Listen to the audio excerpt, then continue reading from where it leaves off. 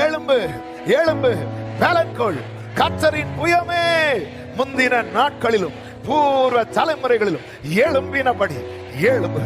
ராகாபை துண்டித்ததும் வலு சர்ப்பத்தை வதைத்ததும் நீதான் அல்லவோ?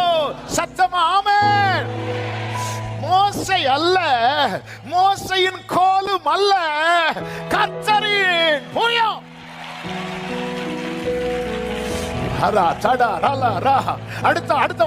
அடுத்த வார்த்தை மகா ஆழத்தின் தண்ணீர்களாகிய சமுத்திரத்தை வற்றி போக பண்ணினதும் மீட்கப்பட்டவர்கள் கடந்து போக கடலின் பள்ளங்களை வழியாக்கினதும் நீதானல்லோ?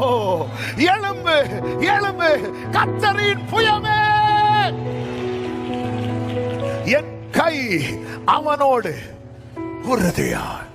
என்ன வேணும் உங்களுக்கு? எனக்கு அவர் கை இருக்கணும், என் மேல அவருடைய கரம் இருக்கணும். எனக்கு வேற ஒண்ணு வேண்டாம். உங்க கை என் லைஃப்ல இருக்குன்னு தெரிஞ்சா போதுமா?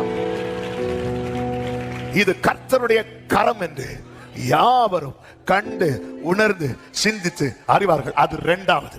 முதல்ல எனக்கு தெரியணும், என் கூட கர்த்தருடைய புயம் இருக்கிறது, கர்த்தருடைய கரம் இருக்கிறது. எனக்கு தெரியணும், எனக்கு தெரியணும் முதல்ல. ரெண்டாவது அடுத்தவங்களுக்கு தெரிய வரும். ஆமென் சொல்லுங்க பார்க்கலாம். நம்ம லைஃப்ல கர்த்தருடைய கரம் இருக்கணும். என் கரம் அவர்களோடு அப்படின்னு சொல்லல. அப்ப ஒரு காரியம், என் கரம் அவனோடு, என் கை அவனோடு உறுதியா இருக்கும். அந்த வசனம் சொல்லும் போது உடனே அந்த வசனத்தை போட்டுங்க, என் கை அவனோடு உறுதியா இருக்கும். அப்போ ஆண்டவர் ஒரு இண்டிவிஜுவலா ஒரு பர்சனை வச்சு சொல்றார். அப்ப சில காரியங்கள் அவர் காமனா சொல்லவே மாட்டார். சில காரியத்தை காமனா, இது வந்து காமன் கிடையாது. இது காமனா, ஆண்டவர் கை உங்க கூட அப்படிலாம் கிடையாது. ஆண்டவருடைய கிருபை உங்களோடு, இது காமனா. ஆண்டவருடைய சமாதானம் உங்களோடு, கர்த்தர் உங்கள் அனைவரோடும், கர்த்தருடைய கிருபை, கர்த்தர் தம்முடைய முகத்தை, இது காமனா சொல்றது. ஆனா என் கை அவனோடு, இது இண்டிவிஜுவலா சொல்றது. அப்ப இதுலதான் ஒரு தேவ பிள்ளையுடைய போக்கஸ் இருக்கணும். மொத்தமா சேர்ந்து உட்கார்ந்து இருந்து கேட்டுட்டு போறதில்ல. அந்த அவன் யாரு?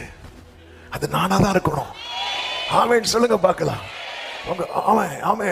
ஆசாப்பு தன் வாழ்க்கையில இல்லாத பல காரியங்கள் துன்மார்க்க வாழ்க்கையில இருக்கிறத பார்க்கிறான். ஆண்டவர் சமூகத்தில் மிருகம் போல, காரியம் அறியாத மூடனை போல அப்படி உட்கார்ந்து இருக்கும் போது, இன்னும் கொஞ்சம் பார்க்கும் போது அவன் வாழ்க்கையில இல்லாத ஒண்ணு தன் வாழ்க்கையில இருக்கிறத பார்க்கிறான். என்ன? கர்த்தருடைய கரம். என் கால் சறுக்குதுன்னு சொல்லும் போது என்ன ஒருத்தர் தாங்குறார். ஆனா அவன் சறுக்கின போது அவன் இல்லாமலே போயிட்டான். உடனே எனக்கு இது போதும். நான் நாள்தோறும் வாதிக்கப்பட்டால் என்ன, காலைதோறும் தண்டிக்கப்பட்டால் என்ன, எனக்கோ தேவனை அண்டிக் கொண்டிருப்பதே